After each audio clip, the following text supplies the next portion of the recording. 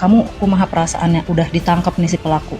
Alhamdulillah senang sekali, terima kasih Kapolda sudah ngebantu saya jadi lebih senang lagi, saya lagi bahagia lagi dan saya lagi tenang karena dia sudah tertangkap. Saya minta maaf semua atas yang saya lakukan, saya salah, saya menyesal, saya minta maaf.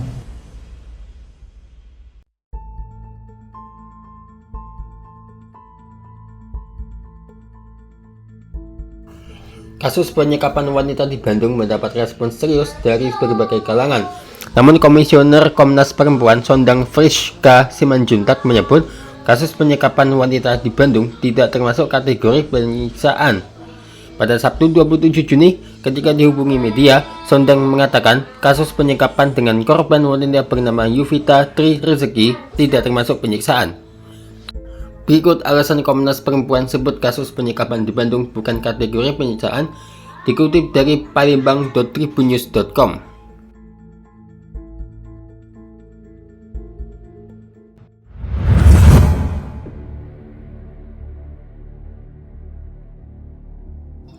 Kasus penyekapan wanita di Bandung mendapat respons serius dari berbagai kalangan. Namun Komisioner Komnas Perempuan Sondang Friska Simanjuntak menyebut kasus penyekapan wanita di Bandung tidak termasuk kategori penyiksaan.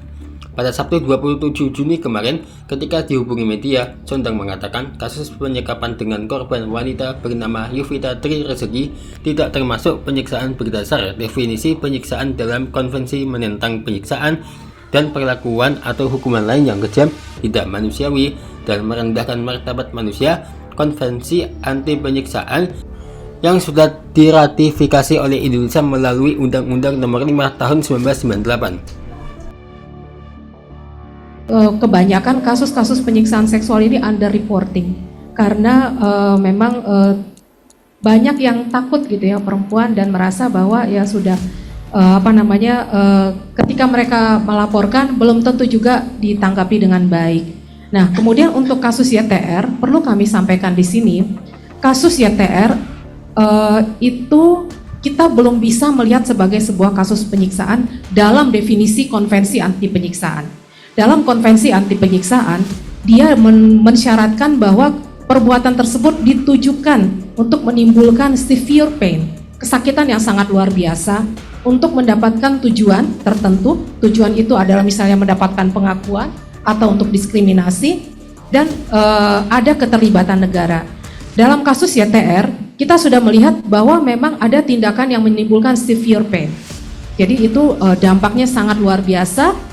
Nah, yang perlu kita periksa sekarang adalah apakah ini belum terlihat ya, apakah ada pengabaian dari pemerintah daerah, misalnya tempat kos-kosannya atau dari aparat penegak hukum, misalnya ketika perempuan tersebut, korban tersebut sudah berusaha untuk menyampaikan kasusnya, tapi kemudian tidak ditindaklanjuti. Nah, disitulah kita bisa melihat bahwa sudah ada keterlibatan negara memberikan pengabaian sehingga masuk dalam kategori penyiksaan yang ada di dalam Konvensi Anti Penyiksaan. Sejauh ini yang bisa dilakukan oleh Komnas Perempuan adalah kami juga sudah menurunkan tim ke Bandung. Nanti setelah 2 hari ke depan mungkin kita bisa menyampaikan kepada publik bagaimana hasil temuan kami di sana. Tetapi saat ini yang bisa kita lihat dari kasus YTR adalah memang terjadi sebuah penganiayaan berat yang terencana, di mana penganiayaan tersebut dilakukan dalam waktu secara terus-menerus dan menimbulkan dampak yang berat, bahkan sampai ke disabilitas.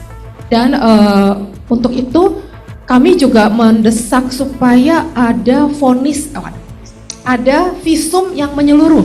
Barangkali di dalamnya juga ditemukan kasus perbuatan kekerasan seksual, sehingga nanti pasal-pasal yang bisa dituduhkan terhadap si pelaku itu menjadi berlapis dan komplit ya, bukan hanya penganiayaan berat sebagaimana ada di dalam KUHP, tetapi juga bisa menggunakan Undang-Undang TPKS.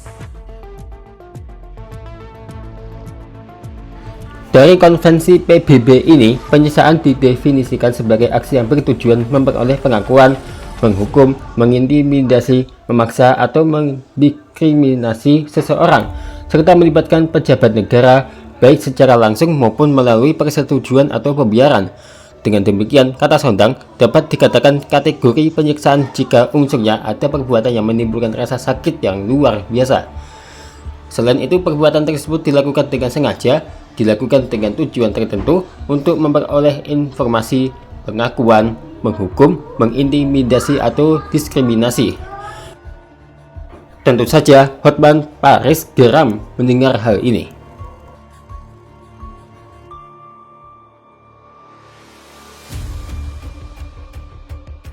Pernyataan dari Komisioner Komnas Perempuan ini menuai protes dari pengacara kondang Hotman Paris Hutapea. Melalui Instagram pribadi pada Sabtu 27 Juni, Hotman Paris Hutapea mengecam keras pendapat dari Komnas Perempuan. Ia menilai Komnas Perempuan telah kehilangan empati di tengah kedukaan masyarakat yang ngeri melihat kondisi fisik korban yang teramat tragis. Halo Komnas Perempuan. Di subuh hari saya lihat medsos, aku benar-benar geram, marah sama kamu. Bagaimana kau bisa mengatakan bahwa yang dialami oleh Juvita bukan penyiksaan? Kepalanya penuh luka, penuh belatung, infeksi. Itu bukan penyiksaan. Bibirnya disayat, itu bukan penyiksaan. Komnas Perempuan, entah siapa namamu, kalau bibirmu disayat itu penyiksaan atau apa? Disayat-sayat. Kalau habis disayat, kepala kamu dikebukin pakai helm, luka, dikunci, apa itu bukan penyiksaan? Padahal kan tugasmu untuk melindungi perempuan. Kamu dibayar dari pajak yang kita bayar. Perutmu itu diisi oleh makanan yang dibeli dari gaji, yang dibeli dari pajak yang kita bayar. Bulan ini saya berapa miliar saya bayar pajak PPN, dan itu akan dipakai oleh negara antara lain membayar gajimu untuk mengisi perutmu. Halo DPR, mohon segera ini pejabat segera dipanggil hari Senin. Halo Bapak Presiden, ini Komnas Perempuan dipecat, sangat tidak pantas. Padahal tugas dia kan melindungi perempuan. Benar-benar, masa bukan penyiksaan?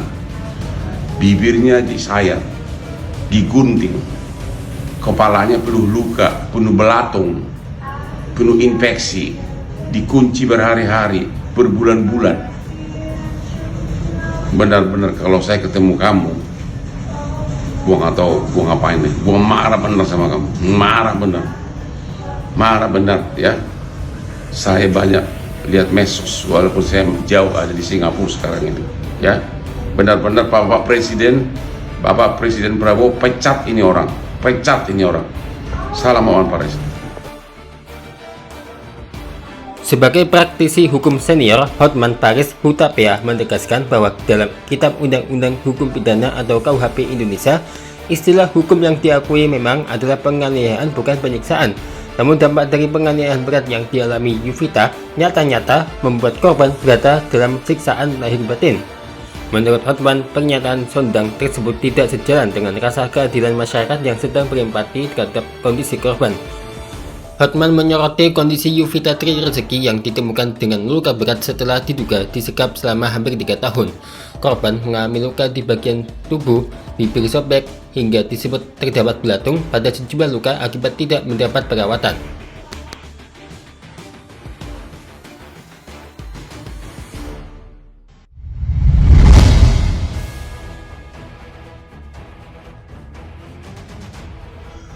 Sondang Friska Simanjuntak, Wakil Ketua Komisioner Komnas Perempuan, sebut penganiayaan korban Juvita Tri Rezeki belum dikategorikan penyiksaan standar PBB. Sondang Friska Simanjuntak merupakan lulusan Fakultas Hukum Universitas Indonesia dan peraih beasiswa Fulbright di Northwestern University Amerika Serikat. Ia memiliki rekam jejak hampir 2 dekade di Komnas Perempuan sejak tahun 2008 dengan keahlian khusus di bidang hukum HAM internasional. Berikut profil Sondang Friska, Komisioner Komnas Perempuan, viral sebut penganiayaan Juvita bukan penganiayaan, dikutip dari sumsel.tribunnews.com.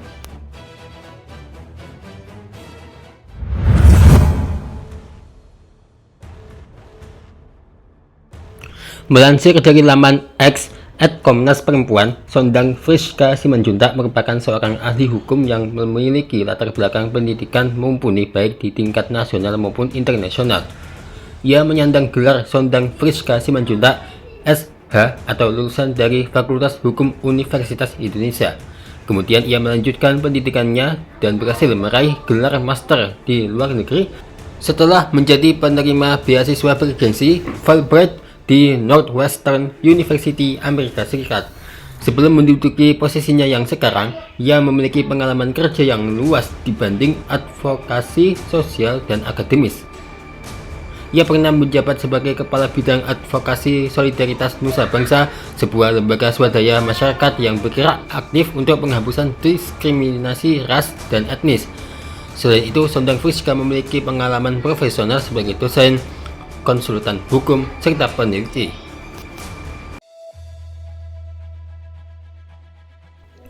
Dedikasi Sondang di Komisi Nasional Anti Kekerasan Terhadap Perempuan sebenarnya sudah berlangsung sangat lama. Ia tercatat telah menjadi bagian dari Badan Pekerja Komnas Perempuan sejak tahun 2008 hingga 2025. Berikut perjalanan karirnya di Komnas Perempuan meliputi beberapa posisi strategis. Di antaranya,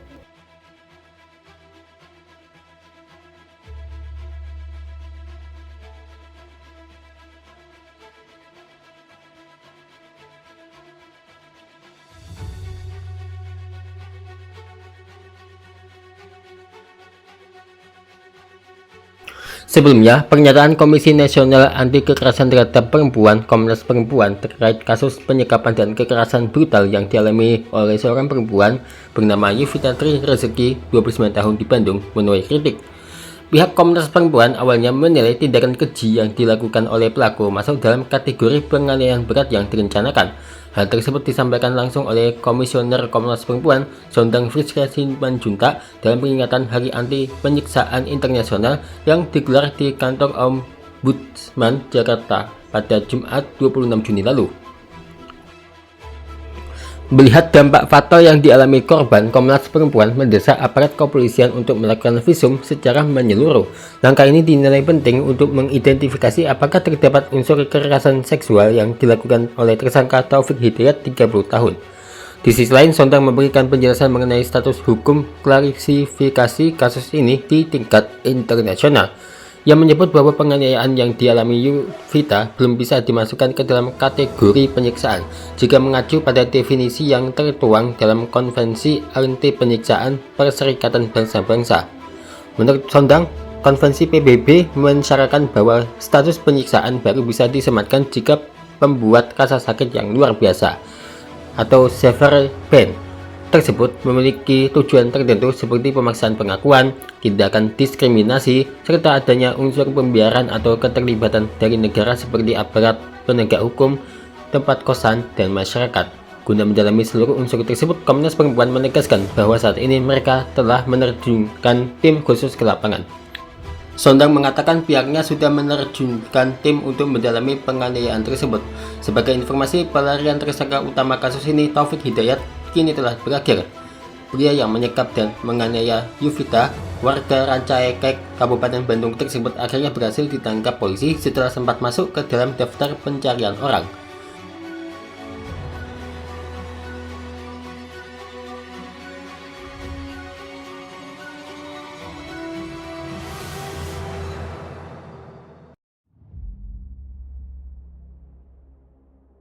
Taufik Hidayat diringkus oleh jajaran kepolisian di wilayah hukum Polresta Bandung, tepatnya di kawasan Majalaya pada Selasa 23 Juni malam, dan saat ini sedang menjalani proses hukum lebih lanjut. Sementara Yuvita merupakan perempuan asal Bandung yang menjadi korban dugaan penyekapan dan penganiayaan yang saat ini masih menjalani perawatan intensif di Rumah Sakit Hasan Sadikin Bandung. Pemerintah Provinsi Jawa Barat menyiapkan anggaran sebesar 1 miliar rupiah untuk membiayai pengobatan Yuvita Tri Rezeki. Gubernur Jawa Barat Deddy Mulyadi menyebut Pemprov Jabar memastikan keluarga korban tetap mendapatkan jaminan kebutuhan hidup selama mendampingi proses pengobatan. Nah, kalau kita beranjak ke sini, jadi ini nggak usah dibuat apa-apa lagi, di base ini udah penuh, 100% penuh ya. Nah ini ada pasar nih, lihat Bat, ada pasar di basement